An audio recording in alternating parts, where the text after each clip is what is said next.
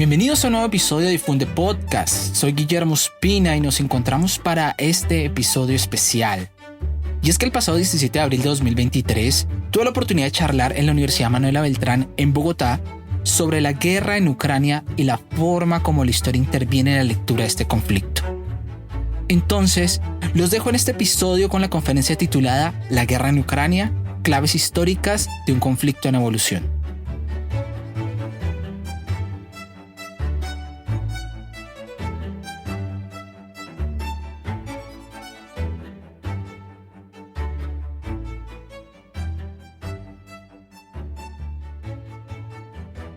Muchas gracias a Andrés por la invitación, al profesor Carlos. Es un gusto estar con ustedes. Buen día a todos y todas.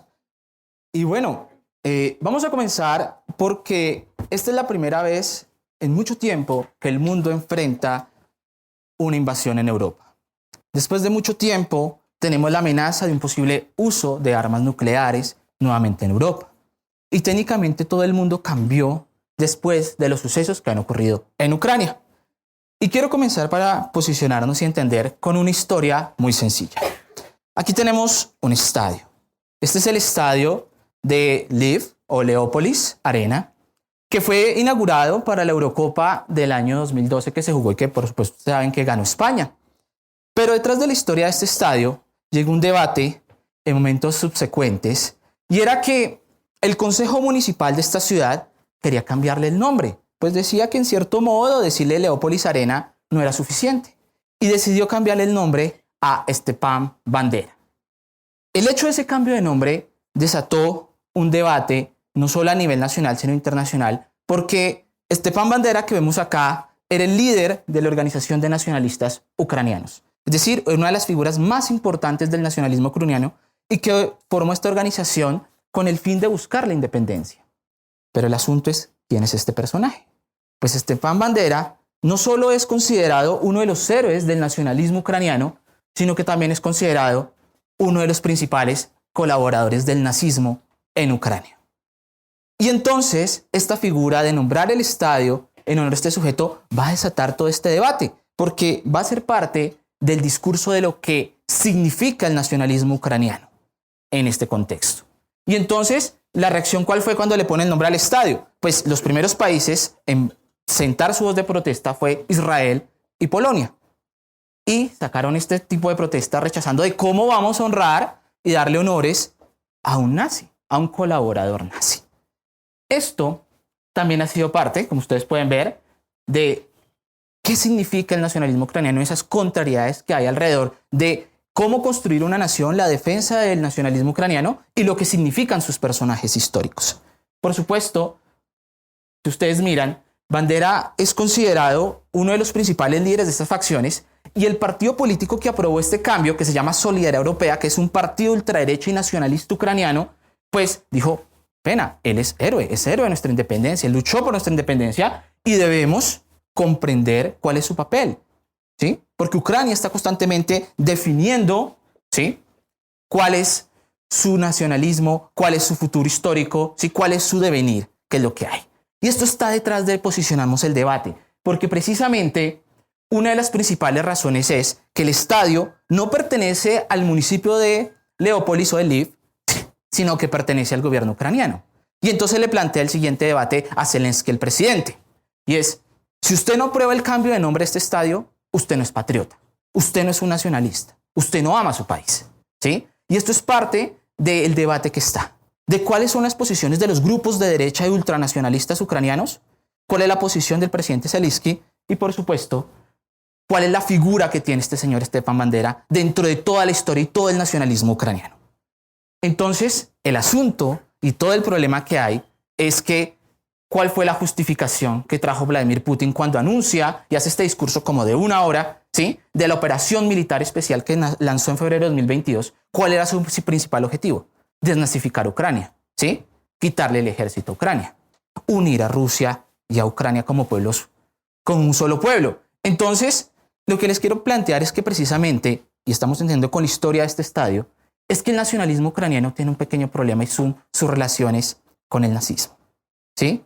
Y que eso ha sido la excusa de Rusia para justificar y ver la historia de cómo es la relación de Ucrania con el resto del mundo, de cómo el proyecto político de Estado de Ucrania es problemático para el mundo.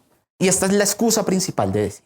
Entonces, yo quiero plantearles a partir de ese momento 3 momentos históricos, 3 narrativas históricas que se hacen alrededor del tema de Ucrania, ¿sí? Es decir, el primero de ellos es el discurso del nazismo y el tema de la Segunda Guerra Mundial. Todavía, dentro del tema de la memoria histórica, seguimos pensando y haciendo referencias a la lucha contra el nazismo, como si no hubiera pasado y el nazismo no terminó con la muerte de Hitler. Día tras día seguimos aún luchando contra el fascismo, seguimos luchando contra el nazismo y las nuevas formas y representaciones del nazismo, ¿sí? Es como si nunca hubiera superado, porque la narrativa de la Segunda Guerra Mundial, la forma como explicamos ese conflicto, sigue siendo relevante hoy en día. Y lo explicamos una y otra vez y usamos las mismas referencias. Y hablamos de genocidio, y hablamos de holocausto, y hablamos de fascistas. Entonces, todavía quiero entrar en ese primero de cómo se sigue utilizando esa memoria histórica alrededor de la Segunda Guerra Mundial y el discurso del nazismo sigue siendo importante para explicar los conflictos. El segundo es la narración que dice que Ucrania es un invento, que es uno de los argumentos principales de Rusia para decir y apoyar esta guerra y hacer esta intervención. Y por último, un desarrollo dentro de Rusia que es los nuevos fines del neozarismo ruso. Con esos 3 momentos históricos, es decir, vamos a estar mirando hacia el pasado, ¿sí? Desde la historia, vamos a entender esos discursos y narrativas que se hacen alrededor de este conflicto. Entonces, el primero es esto, el discurso del nazismo y la Segunda Guerra Mundial. Esto ocurrió recientemente. En la batalla de Stalingrado, ¿sí? Se conmemoraron 80 años recientemente en febrero de 2023. Stalingrado fue la batalla más cruenta de toda la Segunda Guerra Mundial, ¿sí? Hoy en día se llama, pues, Volgogrado, ¿sí?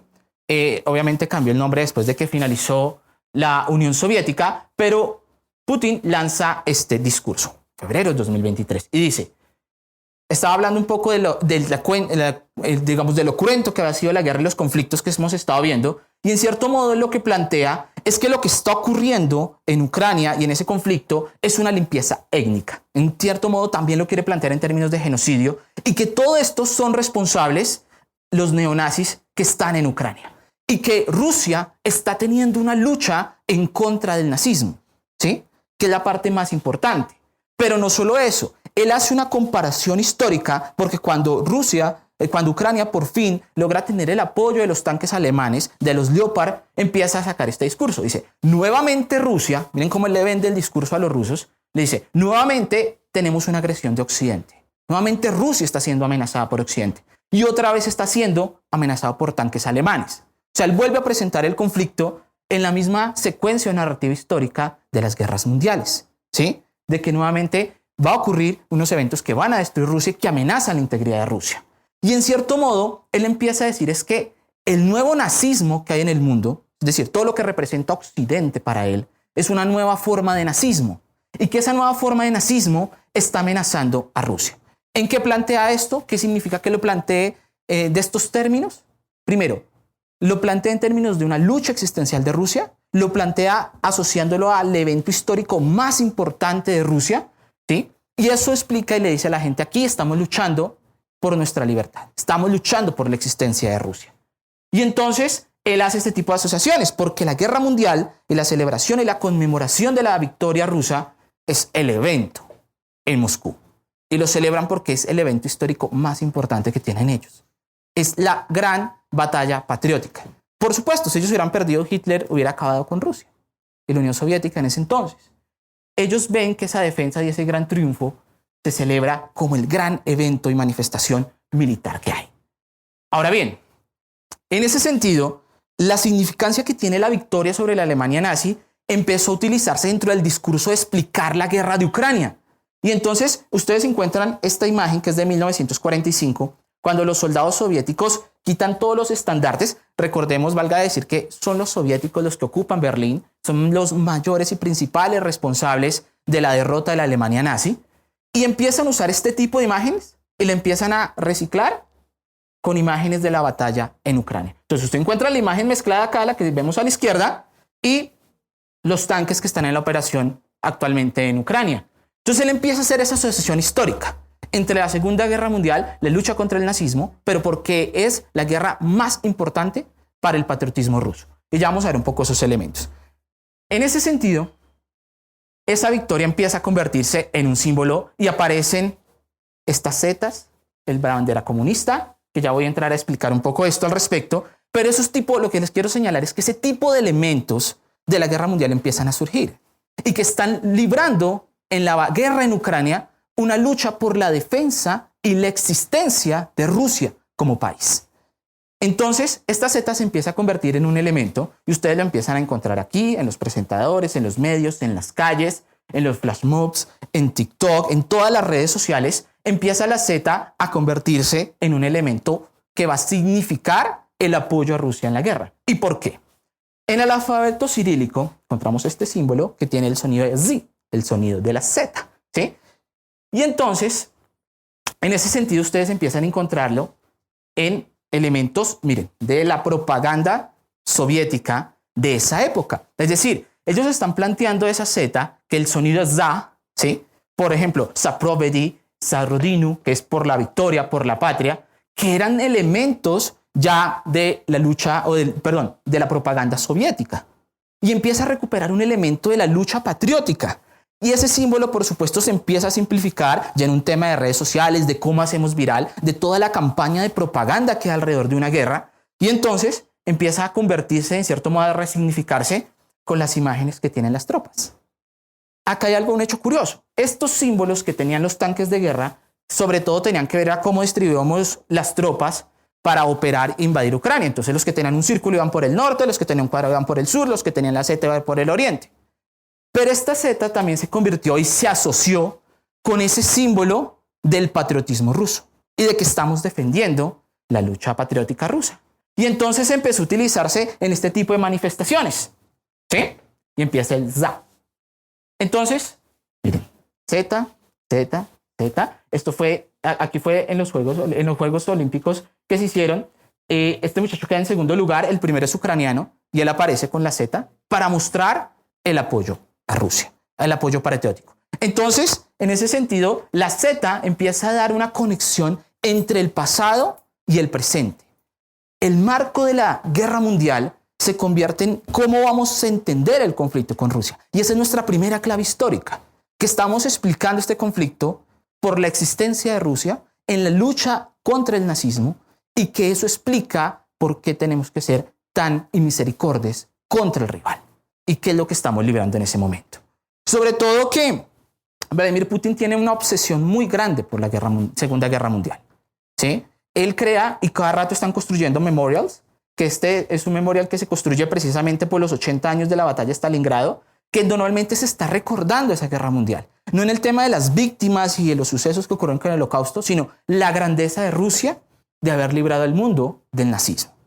Y esa es la primera lucha que es. Es decir, Rusia está encaminada y está en ese esfuerzo constante por derrotar el nazismo en el mundo, ¿sí? Porque opuesto a eso existe la desaparición de Rusia como país. Y Putin vende ese discurso. Ahora bien, ¿qué tiene que ver con estos sucesos? Resulta que la invasión nazi, que ustedes se acuerdan que habían llegado a un acuerdo entre la Unión Soviética y la Alemania nazi, y entonces, en cierto modo, Hitler traiciona este acuerdo y empieza la invasión en 1941, que tiene dos vías. La primera es por Polonia, la otra es por Checoslovaquia, llegando por Ucrania. Pues resulta que el escenario de ese enfrentamiento entre la Unión Soviética y la Alemania nazi es Ucrania.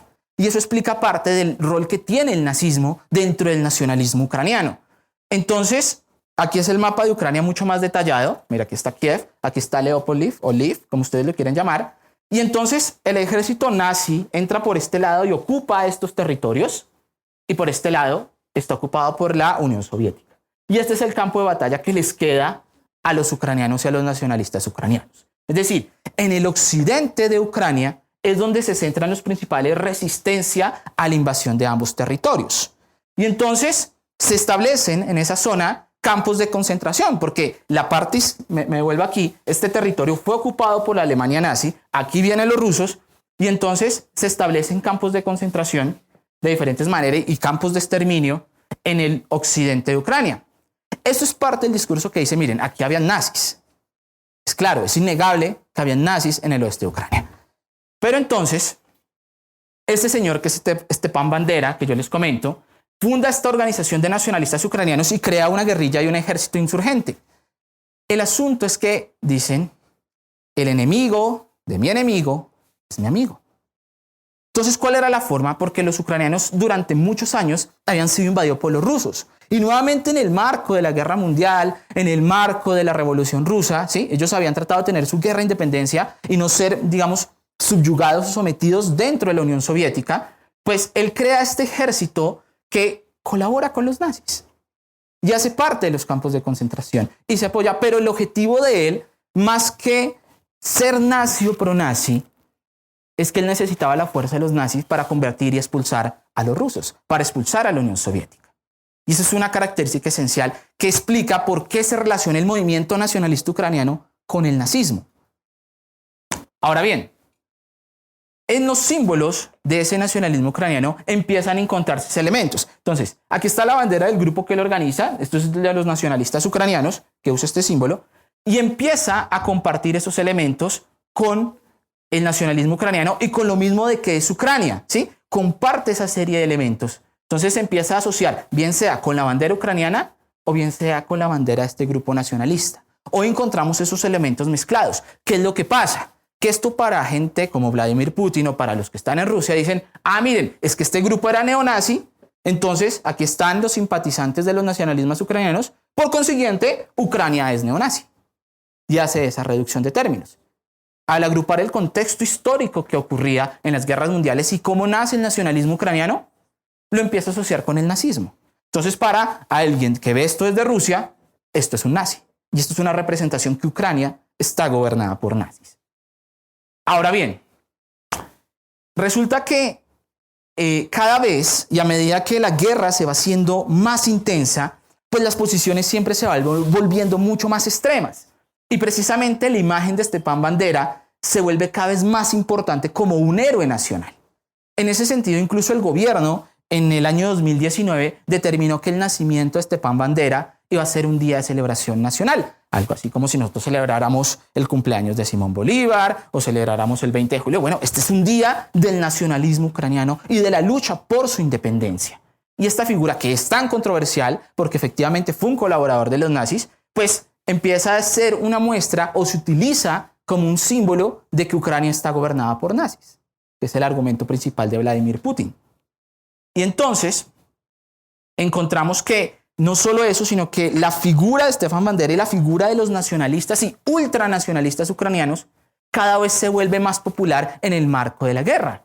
Entonces, en 2007, el presidente que estaba, Víctor Yushchenko, lo nombra un héroe nacional. Esto después lo echan para atrás cuando llega Petro Poroshenko, porque era más simpatizante de Moscú, pero la figura de él se vuelve cada vez más popular dentro de Ucrania. ¿Por qué? Porque Ucrania está enfrentando una invasión de otro país que amenaza su existencia. En ese sentido, tiene que ir a abordar cuál es mi identidad, cuáles son mis héroes nacionales, cuáles son los que han luchado por la independencia de este país. Entonces, en esa clave histórica, el problema que tiene es que no son sus héroes nacionales, son muy problemáticos. Es porque los que lucharon por la independencia se asociaron con el nazismo para combatir a Rusia. Y ahí está el discurso. Y eso es lo que quiero hacer énfasis. Eso se explica también en las zonas donde se han dado los combates más intensos. Que el ejemplo es esta zona del Donbass, en Ucrania, en el oeste, que ustedes han escuchado, que es mayoritariamente de habla rusa. En esa zona, y como Mariupol, que fue uno de los más terribles combates que hay, esta ciudad prácticamente quedó devastada, pues también surgen grupos extremistas. Y uno de ellos, pues, y los que acusan, es este famoso batallón de Azov, o la brigada Azov, como lo quieran llamar, que se cree en Mariupol, que es supremamente ultranacionalista y que tiene muchas alegorías, como ustedes pueden ver en su bandera, a símbolos nazis. Pero en el fondo ellos no se identifican con eso, sino se identifican como un grupo ultranacionalista ucraniano, como un grupo que está luchando por la defensa y la existencia de Ucrania. Y ese es el objetivo principal de ellos. Para los ojos de los rusos y de que quieren presentar a Ucrania como nazi, esto es un grupo neonazi. Y tiene mucha tendencia derecha y son nacionalistas. Y todo lo que no sea ucraniano y todo lo que represente Rusia lo quieren eliminar. Por supuesto, es una guerra en un conflicto existencial. O mato o me matan. Y eso es la parte más relevante que podemos tener acá. Pero las cosas son un poco más matizadas y un poco las contrariedades dentro de este discurso que hay. Y es que si ustedes aquí tienen a Zelensky, el presidente, y al primer ministro, ¿sí? Groisman, hay algo curioso en este discurso del nazismo que nos quiere presentar Rusia. Ellos dos son de origen judío. De hecho, Zelensky es de familia judía. El primer ministro es judío. La diferencia es que Zelensky no es un judío practicante, pero la gran mayoría del gobierno ucraniano está compuesto por gente ucraniana, judíos de origen, ucranianos de origen judío o judíos y musulmanes. Es decir, no es cierto que Ucrania esté gobernada por nazis. ¿Que hay grupos neonazis en Ucrania? Sí. ¿Y que los ultranacionalistas que hay en Ucrania tienen tendencias fascistas, ultranacionalistas, de derecha, casi neonazis? Sí. Pero Ucrania no está gobernado por nazis. De hecho, está gobernado por judíos. Y aquí entre nos podemos decir que es el segundo país después de Israel donde un judío está en un cargo de gobierno. Entonces ese discurso no tiene mucha razón. Y de hecho Sergei Lavrov, el ministro de Relaciones Exteriores de Rusia, saca el argumento de que, sí, pero no es la primera vez que un judío mata a otros judíos. Hitler era judío, lo cual es una teoría falsa. Pero no, era judío, no tiene nada que ver con eso. Pero incluso cómo apela Rusia a la desinformación para justificar ese conflicto. Entonces, ahí es donde queremos plantear de cómo esa clave histórica del nazismo y la guerra mundial es el prisma con el cual entendemos el conflicto que está en Ucrania. Y esa es la primera clave histórica que nosotros tenemos acá. Entonces, ¿a qué les señalo? Es que Ucrania es más diverso. Ucrania es más que nacionalistas. Ucrania es un país donde hay musulmanes, donde hay gente de diversos países. Ucrania, de hecho, era un país donde mucha gente de países de tercer mundo iba a estudiar, porque es mucho más fácil pagar una universidad en Ucrania, en República Checa, que pagarla en Francia o en Inglaterra. ¿Sí? Y mucha gente de países como la India, de Pakistán, de Bangladesh, del África, iban a estudiar. Y eso hace que la sociedad ucraniana fuera supremamente diversa. ¿Sí? No se puede reducir a unos grupos neonazis que hay, porque es que también hay neonazis en Alemania, y hay neonazis en Suecia, y hay neonazis en Francia. Y nosotros no estamos diciendo que esa sociedad está dominada por ellos. ¿Sí? Hay un pequeño reducto. Incluso en Rusia hay mucho neonazismo. Entonces, pero, ¿qué es el discurso que vende Putin? Esa es la clave histórica que ellos dan. Por supuesto, también hay rechazo a las figuras nacionalistas ucranianas como Stepan Bandera. De hecho, esta es su tumba que está en Múnich. Él fue envenenado por la KGB rusa en Múnich y constantemente su tumba es vandalizada, ¿sí? Y acusada pues de usted es un nazi y lo atacan. O incluso su estatua que está en Lviv también ha sido atacada en varias ocasiones. Es decir, no es que en Ucrania apoyen 100% la figura de estos hombres neonazis. Es decir, el debate es más complejo. ¿Sí? Ucrania es un país más diverso y más complejo para decir todos son nazis y hay que acabar con ellos. Ahora bien, esto nos lleva a la segunda clave histórica, que es muy breve, y es el argumento de Putin. Ucrania es un invento. Empiezan a salir en los diferentes portales, en internet, en toda la campaña de información que hace Rusia, miren, y sobre todo movidos por estos grupos simpatizantes, que ya les digo que lo identificamos por este símbolo de Z o de ZA, que va a decir por la patria, ¿sí? Y empiezan a justificar cuál es la narrativa histórica que hay. Este es el mapa que más se comparte en las redes sociales y nos muestra un poco qué era Ucrania hacia el siglo XVII, que está aquí en rojo. Esto era Ucrania. Como tal, el origen del pueblo ucraniano. Que hay unos territorios que la Rusia zarista le dio, ¿sí? Que Stalin le dio durante la Unión Soviética, y sobre todo el argumento principal es que fue cuando este territorio que está acá en el sur de Ucrania se le entregó digamos, a lo que era Ucrania por parte de Lenin, fue ahí cuando se inventó Ucrania. Es decir, el verdadero responsable de la invención de Ucrania son los gobiernos comunistas. Y que lo que hicieron fue, ya un poco la narrativa histórica que se presenta, lo hace Vladimir Putin en este texto. Él escribe un artículo que se llama Los lazos históricos entre rusos y ucranianos, y miren que él lo hace en julio del año 2021, es decir, más o menos 6 o 8 meses antes de la invasión a Ucrania. Y él escribe un texto argumentando que Ucrania no debe existir, que Ucrania no es un país real, que históricamente no tiene ningún fundamento, sino que fue creado por intereses o divisiones que se dieron dentro de la propia Unión Soviética. Eso quiere decir que es legítima su existencia. Es lo que está cuestionando ahí. Él está presentando una visión, una reinterpretación de la historia para justificar las acciones que luego va a emprender en febrero de 2022. Y entonces empieza a decir, miren, Ucrania, la Ucrania que existe hoy, fue creada por la Rusia comunista. Ese es el primer argumento. Ucrania no debería existir. Fue algo que nos inventamos. ¿Sí? Y que fue después de la revolución de 1917 cuando Lenin le entrega esos territorios, pero él dice, el problema fue que Lenin se equivocó, que ellos le entregaron esos territorios y no pensaron en lo que era parte integral de Rusia. Entonces, sencillamente, hay que recuperar esos territorios. Claro, no solo está luchando, y aquí viene cómo se empiezan a asociar las claves históricas, es que no solo está luchando por defender la patria del nazismo y liberar a Rusia del nazismo y al mundo del nazismo, sino que también va a recuperar los territorios que eran históricamente propiedad de Rusia. ¿Sí? Es una visión de revisionismo histórico, de cómo volvemos a leer la historia y a reinterpretarla, que es lo que hace. Para los ucranianos, esta ha sido su historia. ¿Sí? Que son las imágenes que salen en los portales. Entonces, los ucranianos son un territorio que constantemente estaba amenazado. Entonces, en la parte de arriba señala a los bolcheviques. En la parte de la derecha, con el águila que ustedes pueden ver en amarillo, en sí representaba el ejército blanco, que era el zarismo ruso. ¿Sí? Aquí abajo está Rumania, Polonia, ¿sí? Checoslovaquia, que siempre han querido, miren, ustedes miran aquí cómo le quieren quitar territorios a Ucrania. Y esto ha sido la historia de Ucrania durante mucho tiempo. ¿Sí? Algunos dicen, esos países enfermos de geografía, ¿sí? Que están en esos territorios que dividen diferentes imperios. Incluso entonces empieza a decir, cuando uno empieza a mirar y a cuestionar el discurso de Vladimir Putin de que Ucrania es inventada, de que nunca luchó por su independencia, incluso se encuentran algunos periodos históricos donde Ucrania llegó a alcanzar cierto nivel de independencia. Y uno de los pequeños momentos fue el caso de Peluria, que él fundó la República Popular Ucraniana y en sí buscó, después de la Revolución Rusa, tratar de crear una Ucrania independiente. Es decir, cuando llega el comunismo en Rusia, no es que dicen, bueno, 10 países, 15 países, nos vamos a reunir todos y vamos a formar la Unión Soviética. No, eso fue a través de una gran guerra civil, ¿sí? Porque había muchos intereses. Y en ese caso, la guerra que hay entre la Unión Soviética y ese nuevo proyecto del comunismo contra las otras repúblicas que van a formarla, pues el primero es con Ucrania. Y entonces Ucrania sí intentó luchar por su independencia. Incluso también fue asesinado por rusos. Entonces, Rusia siempre ha sido una amenaza. Y este era más o menos el mapa que ocurría en 1919. Es decir, acuérdense que estamos terminando la guerra mundial, estamos en la revolución bolchevique y este era el mapa. Entonces aquí se está formando la Unión Soviética, tienen sus propias guerras civiles entre el ejército blanco, el ejército rojo, ¿sí? Está todo ese proyecto del comunismo surgiendo y aquí es donde nace Ucrania, la República Popular Ucraniana.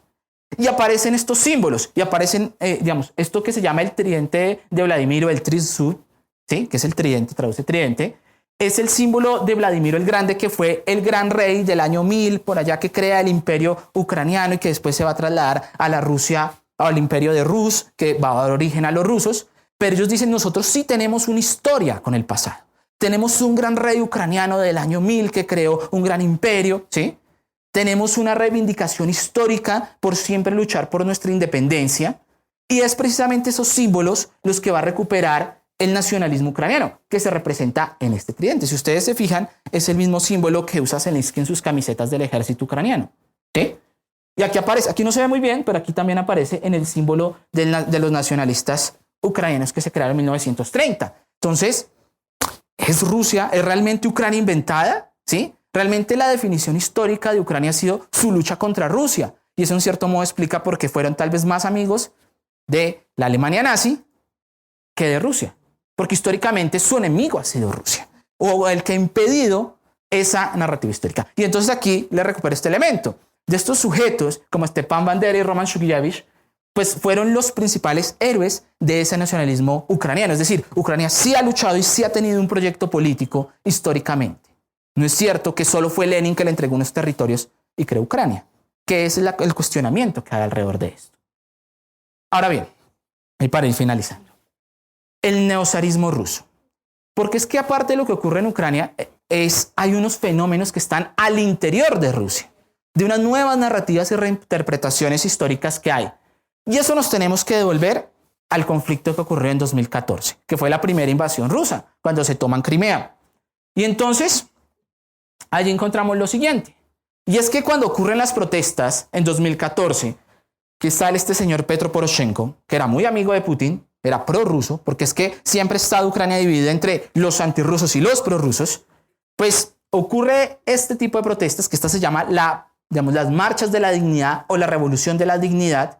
Y si ustedes miran, aquí estaban protestando por una visión más proeuropea, ¿sí? Que se cortaran lazos comerciales con Rusia y que Rusia presiona al respecto de eso. Y vuelven a aparecer los elementos del nacionalismo ucraniano que se entremezclan. Y si ustedes miran, pero son minoritarios, ¿sí? Cada vez se están cogiendo más fuerza en la medida que el conflicto se vuelve mucho más extremo. Pero cuando ocurren estas protestas y sale del gobierno el simpatizante de Moscú, pues Ucrania empieza a estar dividida. Y entonces, nuevamente, se explica. Las zonas que es principalmente rusófona, pues se ubican en el sur, que es los que dicen que les entregó Lenin, ¿sí? Eran simpatizantes del gobierno, mientras que los que protestaron en contra del gobierno se ubican al oeste de Rusia. Es decir, esta siempre ha sido la distribución de Ucrania. Ucrania ha sido un país dividido bajo esta visión o esta dicotomía entre prorruso o antirruso, ¿sí? Porque hay un juego de suma cero. Porque Rusia no reconoce la existencia de Ucrania como país y por supuesto Ucrania no puede aceptar eso, ¿sí? Que es la parte interesante detrás de todas estas protestas masivas. Ahora bien, esto tiene una razón también y tiene el tema del lenguaje. Es que Ucrania está dividido entre dos lenguas. Que curiosamente aquí entre nos, de esta ciudad de Dnipro es de origen Zelensky. Es decir, el primer idioma de Zelensky es el ruso. Es decir, él tiene más lazos con Rusia que con el propio nacionalismo ucraniano. Es muy difícil dibujarlo como si fuera un ultranacionalista o como si fuera un nazi. Y por eso el tema del estadio era importante, porque le dicen a Zelensky, si usted no le cambia el nombre al estadio, usted no quiere suficientemente Ucrania. Pero él no le puede dar gusto a esos ultranacionalistas tampoco. Porque obviamente entre más gane apoyo la figura de un neonazi que defina la política o el proyecto político ucraniano, pues ni a Polonia, ni a Israel, ni a Estados Unidos, ni a Francia, pues nadie va a apoyar un proyecto político liderado por un neonazi. Pero esta división de Ucrania está marcada en esos términos, en su relación conflictiva con Rusia, en su historia con la Unión Soviética y de cómo se distribuyó este territorio. Y entonces aparece una narrativa histórica y se devuelven hasta el Imperio Ruso y dicen, por allá en el siglo XVII, dicen, miren, en realidad Ucrania no existía. Habían dos territorios, uno que se llamaba, que estaba Ucrania y estaba Malorosilla y Novorosilla. Rosilla es como se dice Rusia en idioma ruso, valga la redundancia. Y esos elementos del zarismo ruso empiezan a aparecer en toda la simbología. Es decir, banderas, símbolos, águilas, ¿sí? Que apelan a lo que era el Imperio Ruso, empiezan a surgir dentro de estos territorios. Y esos territorios, que es la parte más interesante, son los que se declaran independientes en Ucrania. Son los que en la zona del Donbass, que se encuentra acá, son los que quieren separarse de Ucrania y unirse o anexionarse a Rusia. Y entonces aparece este proyecto político, que esto era el territorio que se llamaba Novorosilla en 1897 y que se extendía desde el Donbass, miren, Lugansk, Donetsk, que es donde nosotros ahorita escuchamos las noticias de los principales combates, y se extendía hasta el oriente, llegando hasta acá, que es Moldavia.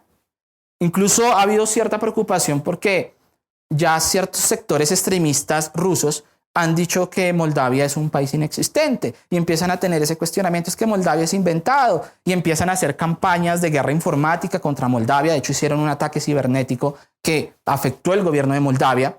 Entonces, una de las preocupaciones que había, sobre todo en el 2022, es que esto es el objetivo de Rusia: recuperar este territorio que se llamaba Nueva Rusia o Novorosilla, ¿sí? Que esto es el proyecto político que hay. ¿Y dónde lo encontramos? Mirando esa clave histórica de referencias al zarismo ruso, de recuperar la grandeza del zarismo. Ahora bien, cuando yo coloco el mapa de los territorios que están siendo atacados por Rusia, donde arrancó la operación especial, sí, ya sabemos que intentaron atacar por Kiev y demás, pero ellos se retiran. Estos son la mayoría de territorios que están controlados por Rusia y coinciden con lo que nosotros llamamos Novorosilla. Es decir, la historia nos dice un poco cuál es el objetivo político que está detrás dentro de esas operaciones. Y eso tiene que ver con la parte histórica, ¿sí? De cómo ese anhelo de recuperar la grandeza de Rusia en tiempos soviéticos y en tiempos del zarismo es algo con lo que está obsesionado Vladimir Putin. Con ese discurso de la Segunda Guerra Mundial, con ese discurso que está salvando al mundo del nazismo. Y coinciden perfectamente los dos mapas que yo les mostraba. Y aquí aparecen todos estos elementos que les voy a explicar de una manera muy breve. No solo de los símbolos y de los colores que tiene este proyecto de los independentistas ucranianos que hacen referencia al imperio y al zarismo ruso, sino también de otros elementos históricos tradicionales del zarismo. Y entonces quiero hablarles de este pequeño listón que aparece ahí. Es una de las condecoraciones militares más importantes dentro de Rusia, que se llama la cinta de San Jorge y se sigue utilizando dentro del campo militar. Es una de las medallas más importantes que usted le pueden dar dentro del ejército, algo así como la Cruz de Boyacá aquí en Colombia, que revela que usted es un verdadero patriota, ¿sí? Que usted de verdad ama a la madre Rusia y usted ha luchado y la ha defendido. Y en ese sentido, a este listón tiene una historia muy curiosa, y es que fue creada por Catalina la Grande, una de las más importantes zarinas de Rusia, ¿sí? Que viene de esa historia de Pedro el Grande y demás, de cuando Rusia se forma como un gran imperio, ¿sí? Que se convierte en un gran imperio.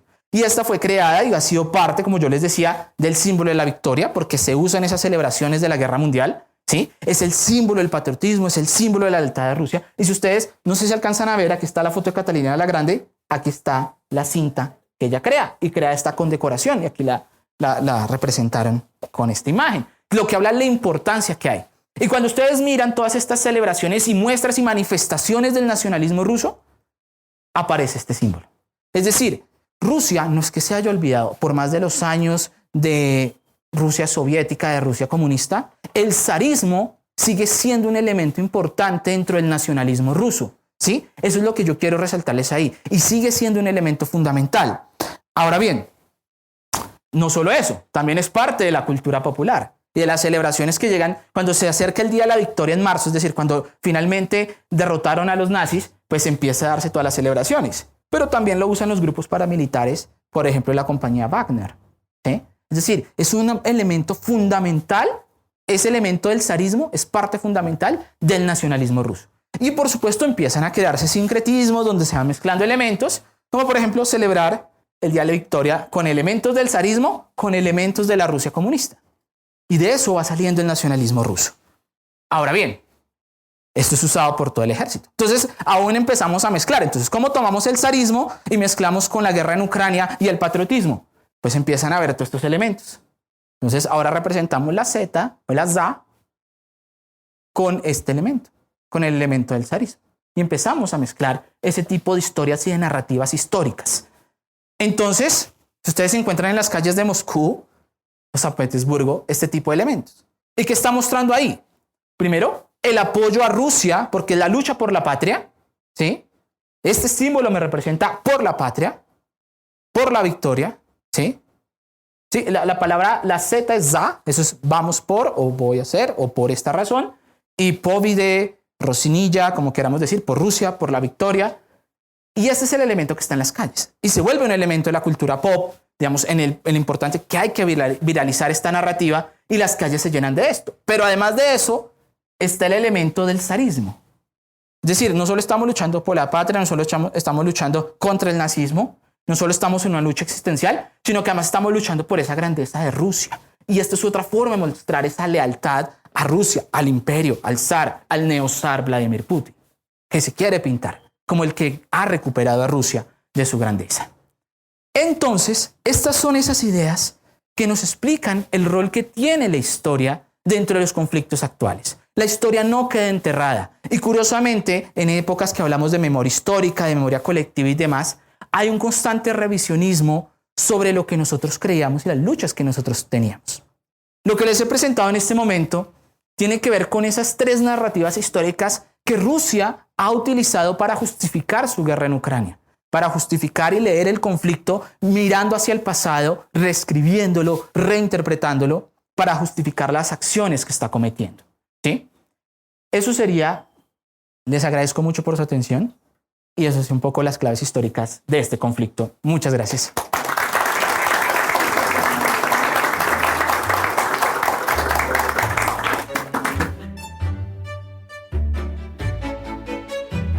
Recuerden que pueden dejar sus comentarios y sugerencias en las redes sociales. Me encuentran como Difunde Podcast en Facebook, en Twitter y en Instagram. Y si te gusta el podcast, pues te invito a recomendarlo, a compartir este episodio. Difunde Podcast está en todas las plataformas disponibles. Esto ha sido todo por hoy. Les habló Guillermo Espina Y recuerda que si te gusta, difunde.